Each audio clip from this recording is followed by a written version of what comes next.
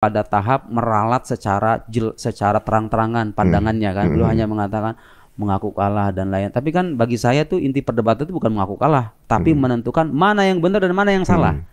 Yang benar harus diakui benar, yang salah harus diakui salah gitu loh.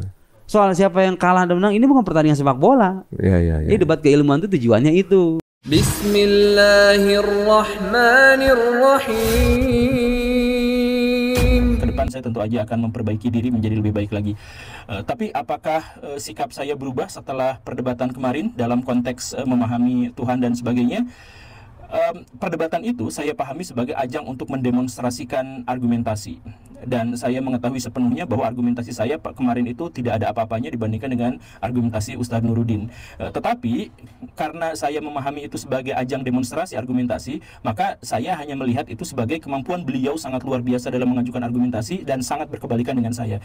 Tetapi dalam konteks tentang keimanan saya tetap berpegang bahwa urusan Allah, urusan takdir, urusan akidah dan semacam itu saya tidak akan mendekatinya secara ilmiah, tidak akan mendekatinya secara rasional, tidak akan mendekatinya secara empiris. Saya akan mencukupkannya hanya kepada wahyu saja, bahwa wahyu itu juga harus dirasionalisasikan, harus ditafsirkan, dan harus ada pembuktian-pembuktian empiris, itu memang harus gitu. Tetapi sesuatu yang ingin saya menekankan di situ itu adalah bahwa keimanan saya itu dalam konteks itu berbasis wahyu. Baraya tentu saja mengetahui bahwa saya mencoba untuk merasionalisasikan segala sesuatu, tapi itu hanya pada hal-hal yang bisa dibuktikan. Saya misalkan bisa mencoba untuk merasionalisasikan fenomena politik di Indonesia, masalah-masalah hukum di Indonesia, kemudian masalah-masalah sains di Indonesia dan sebagainya. Iya, saya mencoba untuk itu, tetapi itu adalah sesuatu yang terindra. Karena saya tidak memiliki metodologi yang bisa saya buktikan pasti untuk bisa mendekati Tuhan, maka saya hanya berpegang teguh pada wahyu saja, dan saya mencukupkannya di situ saja, titik di situ saja.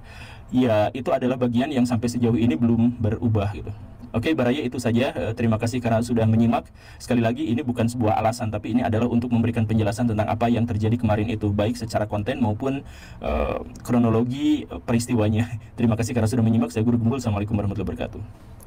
Gunanya debat terbuka itu gunanya, saya ngerasakan impact itu luar biasa. Menyadarkan orang itu luar biasa. Apalagi kita hidup di zaman internet kayak gini nih. Dengan adanya debat terbuka itu orang jadi tahu gitu loh. Ini mana yang benar, mana yang enggak, mana yang rasional, mana yang enggak, mana yang berbasis data, mana yang asal ngomong doang. Itu kan penting. Jadi kita tanpa mengajak, ayo jangan gini-gini, enggak, cukup kita perlihatkan aja. Ini orang ini pandangannya begini, saya bantah nih. Kalau terlihat bantahan kita kuat, ya orang juga akan menilai sendiri kok. Sadar dengan dirinya. Terutama yang nggak fanatik loh ya. Kalau yang fanatik udah nggak ada cerita itu. Mereka mau kita ngomong 1000 dalil sekalipun. Enggak, bagi anda salah, ya sudah, selesai, terserah kamu gitu loh. Tapi itu tradisi intelektual yang sudah diperkenalkan oleh para ulama dulu. Saya pernah bercerita tentang mazhab Mu'tazilah. Mazhab Mu'tazilah ini satu sekte dalam Islam yang punya pikiran-pikiran menyimpang. Mazhab resmi negara di era Abbasiyah. Mazhab resmi negara itu punya kekuatan politik kan. Tapi itu sampai sekarang nggak ada sisanya loh. Sebagai sebuah mazhab udah nggak ada, udah hilang. Kenapa? Karena para ulama Sunni, ulama Ahlus Sunnah itu tampil munadharah itu artinya debat terbuka. Itu udah biasa ulama dulu kayak gitu. Sehingga kecacatan mazhab ini tersingkap sedemikian intens gitu kan. Akhirnya apa? Orang sadar, wah ini mazhab udah nggak benar ini. Ya kan? Jadi itu salah satu medium untuk menyadarkan dan mencerahkan publik. Debat-debat ilmiah terbuka itu saya kira itu sangat penting itu zaman sekarang ya konteksnya. Apalagi orang lebih suka mengakses YouTube ketimbang baca buku ya kan. Zaman sekarang kan lebih visual gitu ya, auditori juga. Nah, tapi apapun hasilnya debat kemarin, saya juga respect juga sama Guru Gembul ya, karena hadir. Ya menurut saya nggak akan terjadi debat itu kalau nggak hadir gitu kan. Saya juga nggak bakal hadir di sini. Iya benar, ibaratnya. Tapi ya antum jadi ditemukan gitu loh.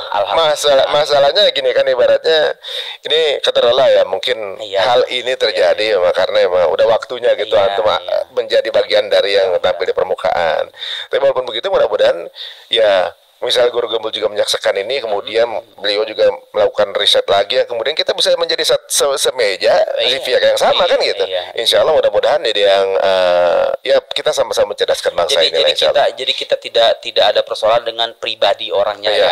Jadi yang kita persoalan itu adalah pandangan-pandangannya yang memang terbukti bermasalah dari sudut argumentasi keilmuan gitu loh. Jadi ini fokus perdebatan kita pada soal itu. Saya tidak bicara soal kepribadian beliau, bahkan setelah itu pun kita bersalaman ya sudah selesai gitu loh. Cuman selama pemikiran itu ada, ya bantahan itu harus ada gitu loh. Benar. Dan beliau kan setahu saya belum sampai pada tahap meralat secara terang-terangan pandangannya kan. Beliau hanya mengatakan mengaku kalah dan lain. Tapi kan bagi saya tuh inti perdebatan itu bukan mengaku kalah, tapi menentukan mana yang benar dan mana yang salah. Yang benar harus diakui benar, yang salah harus diakui salah gitu loh. Soal siapa yang kalah dan menang ini bukan pertandingan sepak bola. Ini debat keilmuan itu tujuannya itu. Tapi saya cukup merasa itu juga bukan perkara yang mudah untuk mengatakan dia bahwa oke, di debat ini dia kalah gitu ya. Tapi itu juga ya siapa tahu kan setiap orang ada juga ketika bertahap ya. Melakukan debat itu ada yang mencari kebenaran atau mencari pembenaran kan gitu ya. Betul. Ya mudah-mudahan beliau termasuk yang mencari kebenaran. Saya mengharapkan kebaikan untuk beliau dan para pengikutnya. Tugas saya hanya menyampaikan. Anda mau terima apa enggak bukan urusan saya. Urusan Anda sama Tuhan Anda. Saya alhamdulillah diberikan kemampuan untuk menyampaikan. Ya sudah selesai gitu. Nabi aja disuruhnya menyampaikan kok. Masa saya maksa-maksa Anda? Ya saya siapa gitu loh kan. Ya saya hanya menyampaikan ini loh yang benar begini, argumentasinya begini, landasannya ini, referensinya ini. Mau percaya? Ahlan wa sahlan. Enggak mau, selesai. Terserah Anda. Ya tapi memang di debat kemarin memang mengasihkan sih dilihat. Karena bukan pembicaranya juga, ternyata penontonnya juga mengasihkan. Saya tuh ngeliatnya, wah dia nontonnya juga berilmu gitu yang ini jadi penuh gizi lah. Saya nonton aja berasa jadi bodoh banget gitu. Jujur aja saya ada, ini benar-benar berarti memang ilmu ini Quran ini sumber ilmunya nggak terbatas ini benar-benar. Tapi nggak ada telat untuk belajar. Iya. Insya Allah mudah-mudahan jadi memudahkan sebenarnya orang Islam tuh kalau yang lagi nggak punya waktu untuk belajar ikutin aja para gurunya kan mudah kan gitu. Lagi nyetir mobil gitu kan, saya aja sampai sekarang masih begitu kok. Kadang-kadang kalau misalnya di mobil daripada kita nganggur gitu kan, ya dengerin aja YouTube ya dari orang-orang yang memang secara keilmuan itu bisa dipercaya gitu kan. Untuk menambah wawasan, ini belajar itu nggak ada batasnya. Saya masih belajar, Mas Ari masih belajar, orang-orang di luar sana juga seharusnya belajar. Karena kewajiban kita yang paling pokok itu, Mas, kewajiban kita ini sebagai muslim, kadang sebagai muslim nggak sadar. Kita ini kan ibadah, sholat, puasa, buat siapa sih? Buat Tuhan kan? Buat kita sendiri. Iya, buat Tuhan kan, buat Allah Subhanahu wa Ta'ala. Jadi tuntutan kita itu, kita harus mengenal dong sosok yang kita sembah ini gitu. Masa Anda ibadah kepada Tuhan, Tuhannya nggak ada kenal? Jadi makanya belajar akidah itu hukumnya wajib, fardu ain. Setiap muslim itu wajib minimal dasar-dasarnya. Ini Tuhan tuh kalau ada buktinya apa? Oh begini. Nabi Muhammad katanya Nabi, buktinya apa? Kayak tadi saya jelaskan. Quran tuh katanya firman Allah, buktinya apa? Ini. Allah itu punya sifat apa aja? Allah punya sifat wujud, qidam, baqa, wa khalafah. Itu artinya apa aja? Dasar-dasar aja, gitu kan? Supaya Anda ketika beribadah itu tahu, oh saya menyembah Tuhan yang memang benar-benar ada, bukti keberadaannya jelas, punya sifat-sifat, landasannya juga jelas, gitu kan. Saya mengakui Nabi Muhammad sebagai Nabi, sejarah hidupnya jelas, kemudian kenabiannya juga jelas, gitu kan. Jadi kita beragama dengan kompas yang jelas, gitu loh. Jadi kalau udah mati itu nanti ditanya sama Allah, man rabbuk? Allah. Siapa Tuhan kamu? Allah. Man nabiyuk? Siapa Nabi kamu? Nabi Muhammad, itu kan. Anda nggak bisa bahasa Arab, kalau iman tertanam secara mantap dalam hati, Anda bisa menjawab itu.